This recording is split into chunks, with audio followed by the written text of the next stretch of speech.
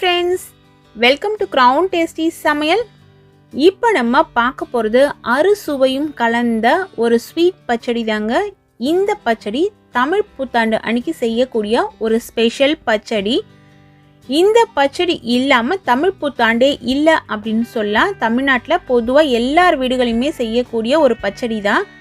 இருந்தாலும் ஒவ்வொரு ஊர் பக்கம் ஒவ்வொரு ஸ்டைலில் செய்வாங்க. நான் இந்த மெத்தடில் செஞ்சுருக்கேன். இது ரொம்பவே டேஸ்டியாக இருக்கும். நீங்கள் இந்த மெத்தடை ஃபாலோ பண்ணி இதே பக்குவத்தில் சமைச்சு பாருங்கள். 10-15 நாள் வரைக்கும் இந்த பச்சடி கெட்டு போகாமல் ரூம் டெம்பரேச்சர்லேயே ரொம்ப டேஸ்ட்டாக இருக்கும். இந்த பச்சடி செய்யறதுக்கு அடிகனமான ஒரு கடாய் எடுத்துக்கலாம். அந்த கடாயில் தாளிக்கிறதுக்கு தேவையான அளவு எண்ணெய் சேர்த்துக்கலாம். நான் நல்லெண்ணெய் தான் சேர்க்குறேன்.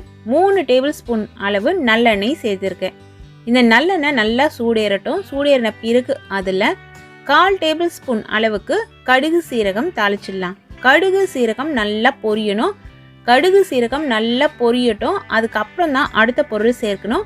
கடுகு வெடித்து வெளியே செதறாமல் இருக்கிறதுக்கு இது போல் ஒரு தட்டு போட்டு கொஞ்சம் கேப் விட்டு வச்சிங்கன்னா வெடித்து வெளியே செதறாமல் இருக்கும். இப்போ கடுகு நல்லா பொரிஞ்சிடுச்சு. இந்த சமயத்தில் 1/2 கிலோ அளவுள்ள மாங்காய் சேர்க்கிறேன். இந்த மாங்காய் செங்காயாக இருக்கிற மாங்காய். மாங்காயிலேயே பல வகை இருக்குது. இந்த பச்சடி நீங்கள் செய்யணும்னு நினச்சிங்கன்னா புளிப்பு குறைவாக இருக்க மாங்காவை பயன்படுத்தினீங்கன்னா பச்சடி நல்லா டேஸ்ட்டாக இருக்கும்.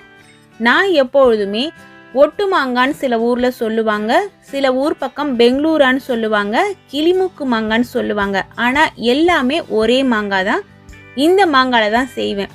இது இல்லாமல் சில நாட்டு மாங்காய்லாம் பார்த்தீங்கன்னா ரொம்ப புளிப்பு குறைவாக இருக்கும் நாட்டு வகையில். அதுபோல் மாங்காய் நமக்கு கிடைச்சதுனாலும் நம்ம அந்த மாங்காயில் செய்யலாம். மாங்காயோட மட்டை பகுதியை எடுத்துட்டு இது போல் துண்டுகளாக கட் பண்ணி எடுத்து சேர்த்து எண்ணெயிலேயே வதக்கியிருக்கேன். தட்டு போட்டு மூடி ஒரு 5 நிமிஷத்துக்கு இதை வெந்துச்சு. எந்த அளவு சாஃப்டாக இருக்குது பாருங்கள். ஏன்னா சில மாங்காய் சீக்கிரத்தில் வெந்துடும், சில மாங்காய் வேகிறதுக்கு லேட் ஆகும். அதனால தான் எல்லாருக்கும் தெரிஞ்ச மாதிரியான அதே சமயத்தில் எல்லா இடத்துலையும் கிடைக்கக்கூடிய வெரைட்டி இந்த கிளிமுக்கு மாங்காய். அதில் நம்ம செய்கிறோம். 1/4 டேபிள் ஸ்பூன்லேயும் பாதி அளவு உப்பு இதில் சேர்த்துக்கலாம். தனி மிளகாய்த்தூள் 1/2 டீஸ்பூன் அளவு சேர்த்துருக்கேன். கலருக்காகவும் கொஞ்சம் காரத்தன்மை இருக்கணுன்றதுக்காகவும் காஷ்மீரி மிளகாய்த்தூள் இதில் சேர்க்குறேன். காஷ்மீரி மிளகாய்த்தூள் இல்லாத பட்சத்தில் நீங்கள் தனி மிளகாய்த்தூளே கூட சேர்த்துக்கலாம். தனி மிளகாய்த்தூள் மட்டும் சேர்க்குற மாதிரி இருந்தால் 1/2 டேபிள் ஸ்பூன் சேருங்க. காஷ்மீரி மிளகாய்த்தூள் 2 டேபிள் ஸ்பூன் அளவுக்கு நான் சேர்த்துருக்கேன். எந்த காரணத்தை கொண்டும் தண்ணி விடக்கூடாது. தண்ணி விடாமல் இதை அந்த எண்ணெயிலேயே நல்லா கலந்து விடுங்க. சாஃப்டாக மாங்காய் வெந்துடும். இந்த மாங்காய் 5லேருந்து 8 நிமிஷத்துக்குள்ளேயே நல்லா சாஃப்டாக வெந்துடும். உங்களுக்கு பெரிய பெரிய துண்டுகளாக வேணும்னு நீங்கள் நினச்சிங்கன்னா இதை விட பெரிய பெரிய துண்டுகளாக கூட நீங்கள் கட் பண்ணி சமைக்கலாம். இந்த அளவு நீங்கள் கட் பண்ணி செய்யும்பொழுது சீக்கிரமாக வெந்துடும், நல்லா குழைவாகவும் இருக்கும்.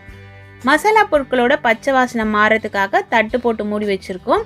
நம்ம தட்டு போட்டு மூடி வேக விட்டோம் இல்லைங்களா, அதுலேயே நல்லா தண்ணி விட்டு மாங்காய் நல்லா சாஃப்டாக வெந்து வந்திருக்கு பாருங்கள். அதனால தான் நான் சொன்னேன் எந்த காரணத்தை கொண்டும் இதில் தண்ணி சேர்த்துடாதீங்கன்னு. தண்ணி சேர்த்துட்டா சீக்கிரமாகவே கெட்டு போயிடும். நீங்கள் தண்ணி சேர்த்து செய்கிற ரெசிபிக்கும் தண்ணி சேர்க்காத செய்கிற ரெசிபிக்கும் அந்த டேஸ்ட்டும் நல்லா நீங்கள் ஃபீல் பண்ணுவீங்க. இப்போ மிளகாத்தூளோட அந்த பச்சை மணமும் போயிடுச்சு. மாங்காவும் நல்லா சாஃப்டாக வெந்து வந்திருக்கு. இனிப்புக்கு வெல்லம் சேர்த்துக்கலாம். இது மாங்காய்க்கு இந்த அளவு தான் வெல்லம் சேர்க்கணும் அப்படிங்கிறத கரெக்டாக சொல்ல முடியாது.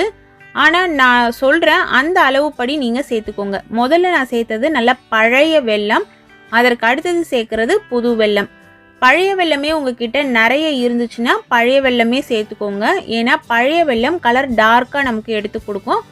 புது வெல்லம் இது போல் லைட்டாக தான் இருக்கும். இந்த வெல்லத்தில் தூசு மண்ணெல்லாம் இருக்காது. அதனால் நான் டைரெக்டாக துருவி எடுத்து சேர்த்துட்டேன்.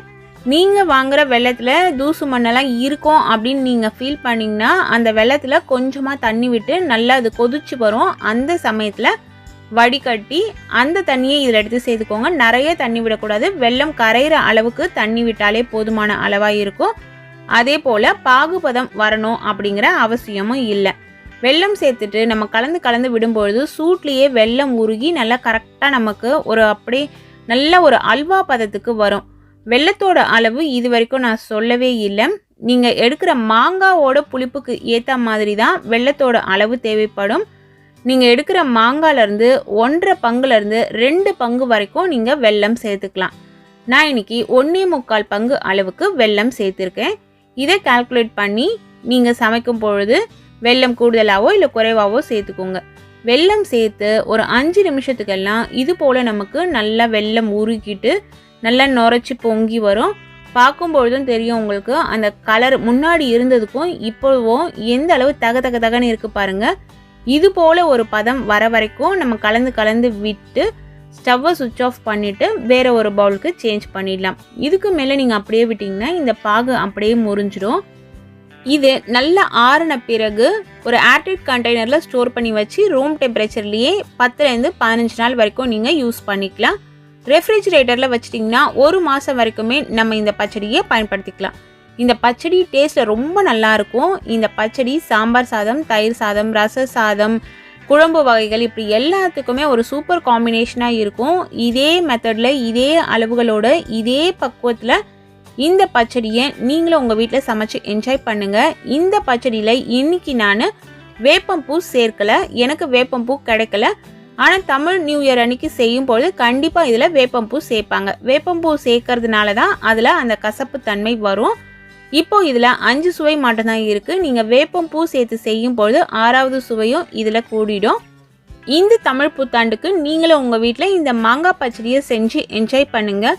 இது போல் விதவிதமான சுவையான ரெசிபிஸ் தெரிஞ்சுக்கணுன்னு நீங்கள் விருப்பப்பட்டால் நம்ம சேனலை தொடர்ந்து பாருங்கள். சுவையாக சமைச்சு சாப்பிட்டுட்டு ஹாப்பியாக இருங்க. Thank you friends.